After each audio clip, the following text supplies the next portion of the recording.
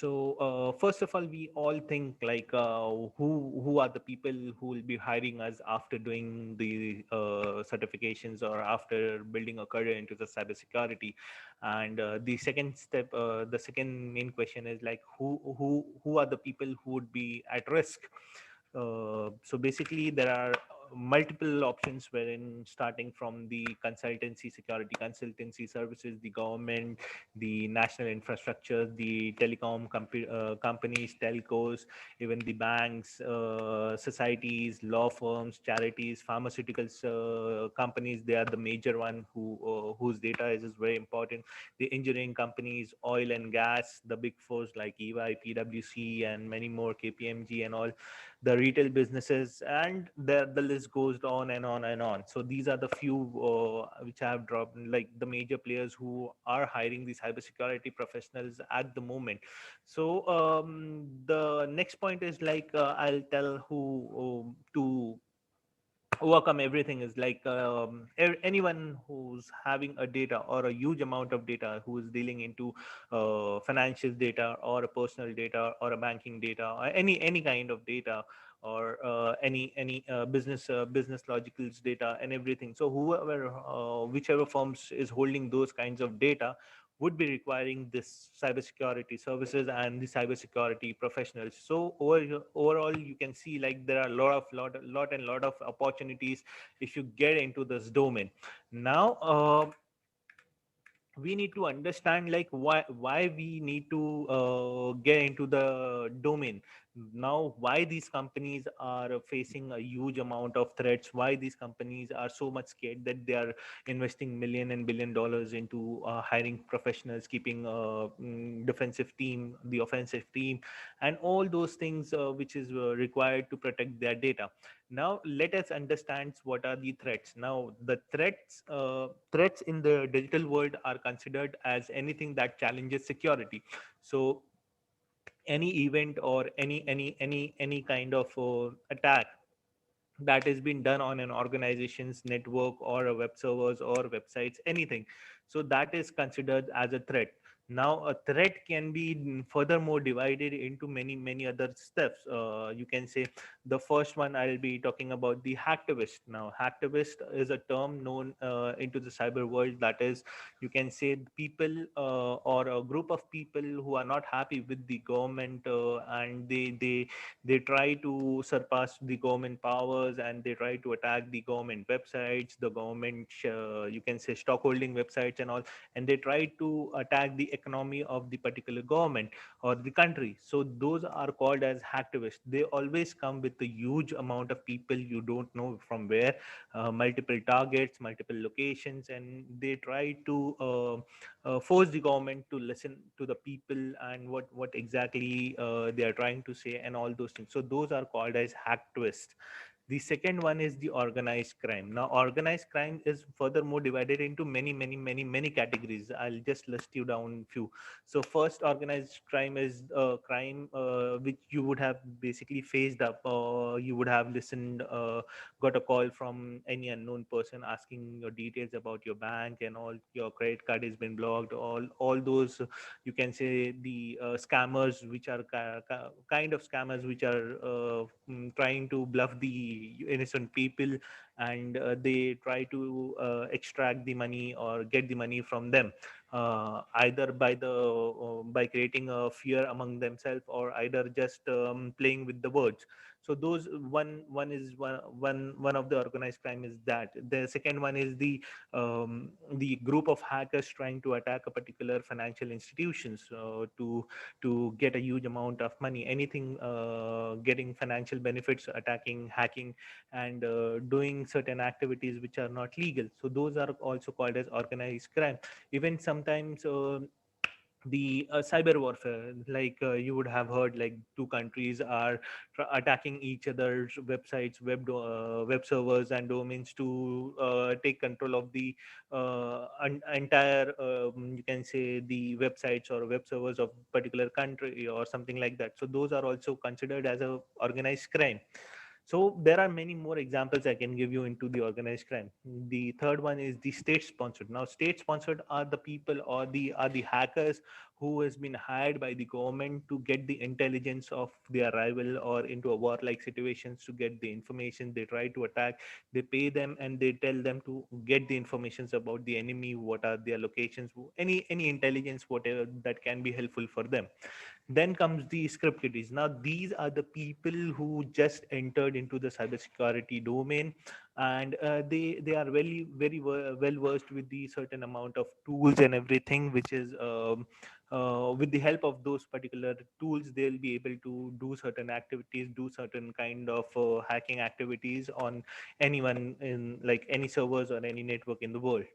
Then there is a something called as insider threats, the most dangerous threat into the cybersecurity. Now, the insider threat are the people who are already working into the company or in organizations. They try to attack the company. They try to leak the company's data. They try to manipulate the data inside the company. So these are the people who are sitting into the organizations and they are trying to manipulate the data or trying to attack their own company, selling out data, modifying it, manipulating it, and XYZ activities they do within the organizations. And the last is the competitors. Now, the competitors are basically rivalry between the two companies. So they try to attack each others and they try to defame each other, or they try to, you can say, portray that they are much bigger than the other or they are better than the other companies. Just like I can give you the example of two antivirus company, like if you can consider McAfee, Kaspersky, or Windows Defender. So every antivirus company, company would be trying to portray that they are the best antivirus sellers in the world, and they'll creating that havoc that they'll try certain virus that would be detected by their antivirus and won't be detected by the other antivirus. So they are the ones who already creating the virus and spreading across the internet and trying to manipulate the people also, like they want to sell their products. So, what are the methods? So, there are various methods which is involved with the threat part. So, every threat has a different method of attacking someone or individual or a network or an organization. So, the first one is the DDoS attack. So, DDoS attack is the you can say denial of service attack. Now, what happens in this attack is like people from across the globe start targeting into particular network, and they will target in such a way and in such a huge amount that the actual traffic or a bandwidth of that particular network or a server will go down, and it will be the normal people who are trying to access it won't be able to access that particular service. So that is the DDoS attack. Then right now IoTs are into boom, right? We are having smart bulbs, smart home, and smart kitchens and everything. So people started the targeting the IoT device. The why? Because IoTs are very small device and they work on the basis of the sensors, and they don't have enough mechanism to protect or to have a firewall embedded into itself, because they themselves has having small amount of memory due to its size and other constraints as well. So people have started attacking the IoT devices as well. Now, in recent times, we have faced a lot of ransomware attack as well, wherein you can say people have mistakenly clicked on a PDF or something like that, and their entire disk have been encrypted. So in that particular situation, what happens is like if by mistakenly or you have clicked any link or you have executed any malware or something like that, so your entire disk would get encrypted, and definitely it will ask you money. So even there is no guarantee that even if you give the money to the attacker, he will return your data. Then malwares, as we all know, malwares, it is, you can say, um, spreading through a link, spreading through surfing the web, spreading through a pen drive, spreading through a hard drive, anything. So even they spread via network as well. So they have malware has been categorized with different things, like a remote access trojan is there, viruses is there, spywares are there, adwares are there. So all these things, even ransomware comes under the malware only. So malware, which stands for malicious software. Then smartphone attacks. Again, this attack can be done using, you can say, a rat, that is a remote access trojan. In this part, people try to insert a malicious trojan into your cell phone or a computer, and they try to access all your data. Even it can control it, they can control your devices remotely. Then how this has been happening, like why and what are the main reason why these attackers are, you can say, at the upper hand. So always remember, we ourselves is a key to give them the entry point into your network via any medium. Either it can be a pen drive, or either it would be a free softwares, or either it would be a cracked softwares, or either it can be a malicious PDF, Word, or any exes, anything. So you should understand that whatever you are installing, whatever you are taking from anywhere, or whatever you're copying data from any pen drive or something like that, that should be, you should be sure that those things are absolutely fine and they are not infected with any other malwares or a viruses or a trojan into that. So first thing, always remember that.